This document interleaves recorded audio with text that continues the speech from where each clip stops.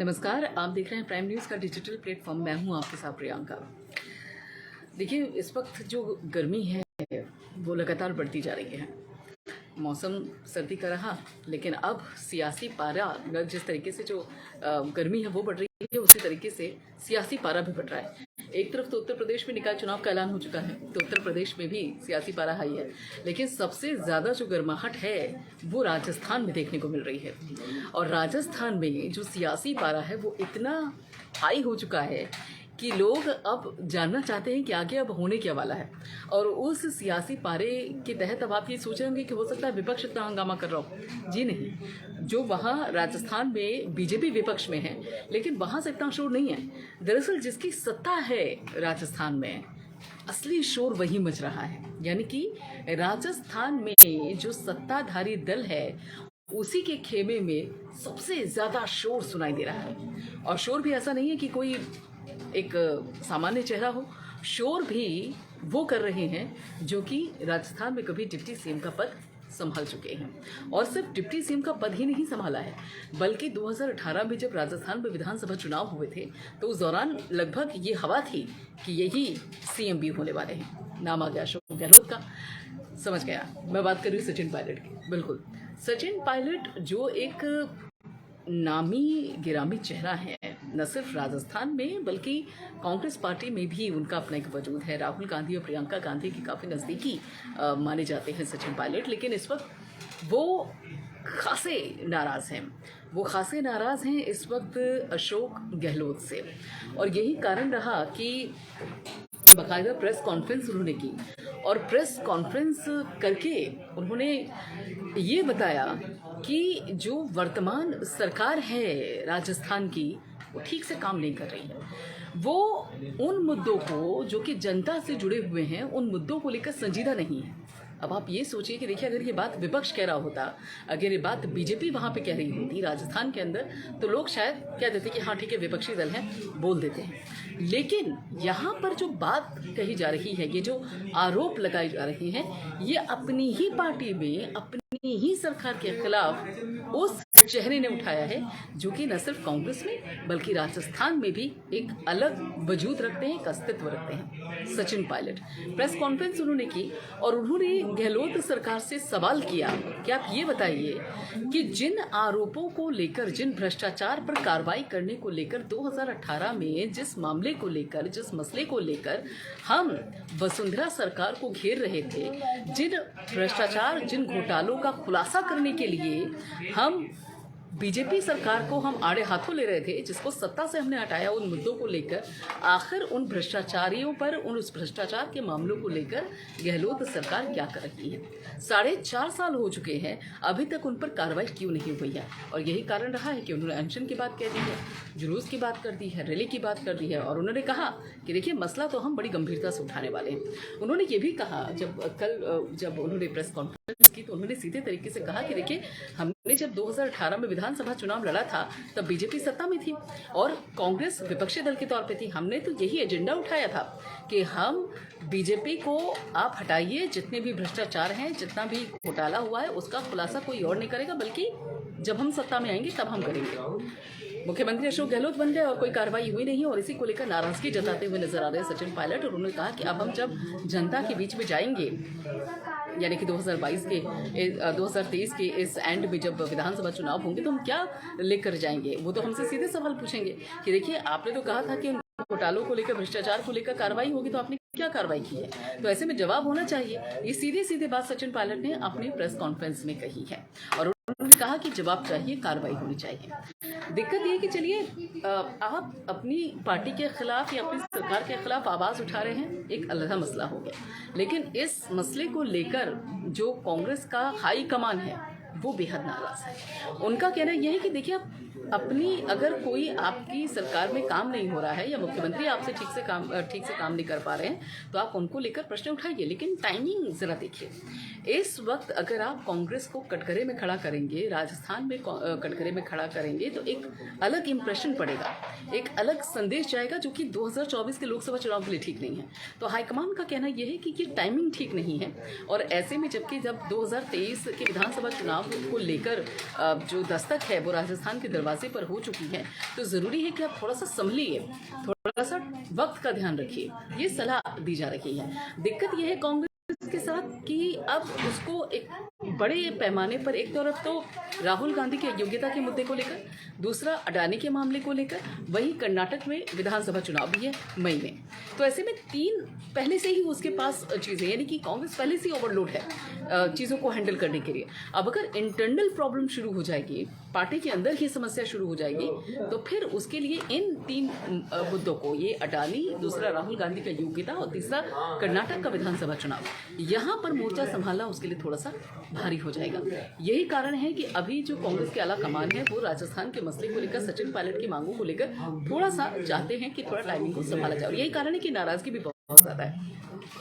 दरअसल ये जो नाराजगी है कोई नई नहीं है, ये सचिन पायलट वर्सेस अशोक गहलोत का ये जो पूरी स्टोरी है, इसकी जो नींव है वो तो 2018 में ही पड़ गई थी, विधानसभा चुनाव के दौरान ही पड़ गई थी, क्योंकि उस दौरान चारों तरफ यही शोर था, चारों तरफ यही चर्चा थी कि कोई और नहीं होगा बल्कि सचिन पायलट ही मुख्यमंत्री होंगे।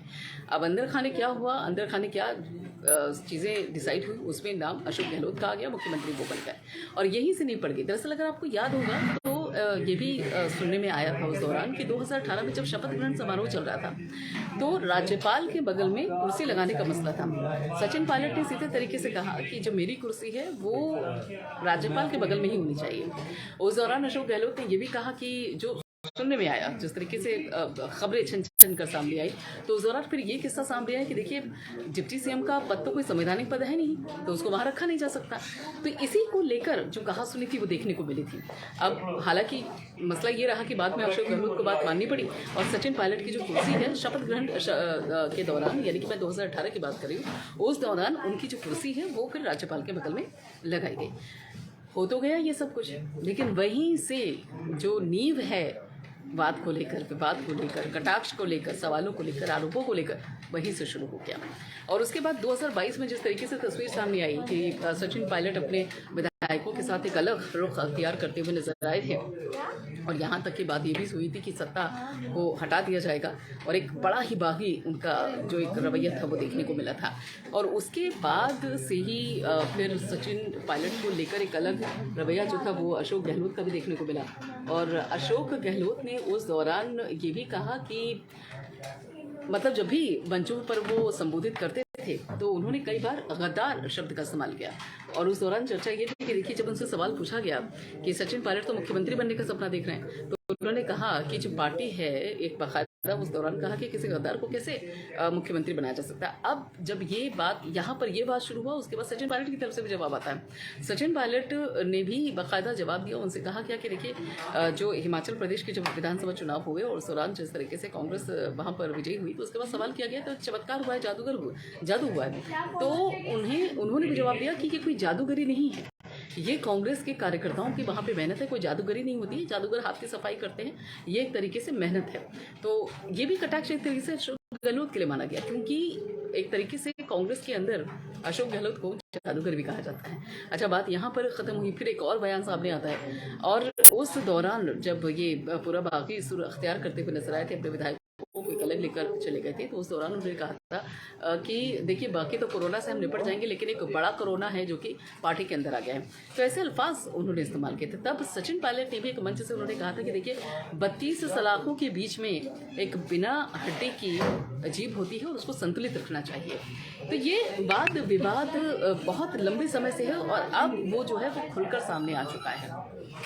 अब सवाल ये उठता है कि 2023 का विधानसभा चुनाव सर पर है और इस दौरान आखिर सचिन पायलट अगर ये रिस्क ले रहे हैं कि अपनी ही सरकार के खिलाफ, अपनी ही मुख्यमंत्री के खिलाफ अगर वो इतना बागी स्वर अख्तियार कर रहे हैं कि सामने से सवाल पूछ रहे हैं कि ये बताइए कि जो बीजेपी सरकार में भ्रष्टाचार हुए, घोटाले हुए, उसको लेकर आपने क्या किया।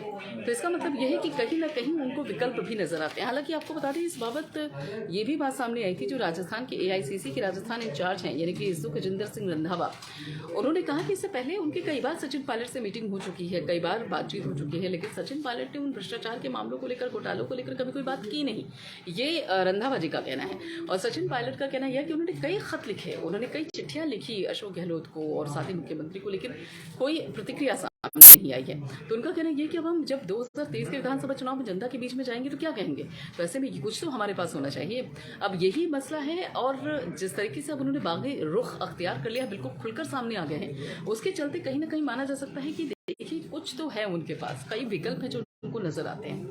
और अगर उन विकल्पों को हम एक एक करके देखें तो सबसे पहला तो विकल्प उनके पास ये बचता है कि देखिए आप उनको एक तरीके से फेलियर, अशोक गहलोत को अगर आप बकायदा एक फेलियर मुख्यमंत्री के तौर पे प्रेजेंट करना चाहते हैं सचिन पायलट, तो उस दौरान अभी वक्त लगेगा क्योंकि विधानसभा चुनाव होना है। तो उस दौरान उनको थोड़ा सा इंतजार करना पड़ेगा कि सीएम के फेस के तौर पर उनको प्रोजेक्ट किया जाए।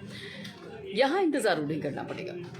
लेकिन अगर नहीं सुनवाई होती है, और 2018 में बहुत से सपने उन्होंने सजाए थे मुख्यमंत्री बनने,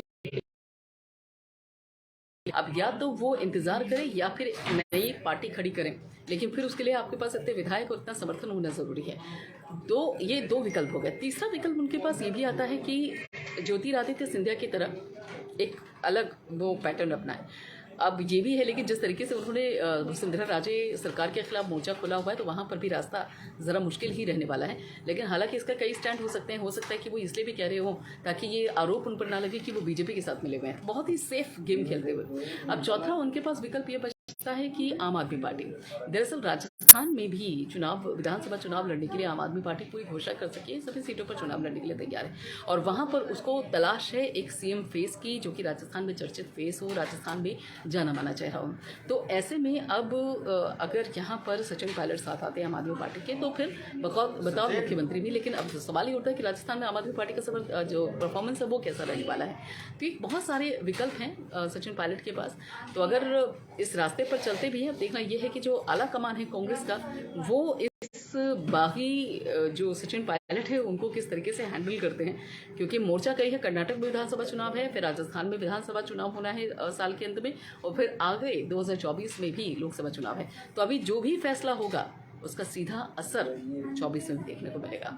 तो फिलहाल इतना ही, और बाकी खबरों के लिए आप जुड़े रहिए प्राइम न्यूज़ के साथ।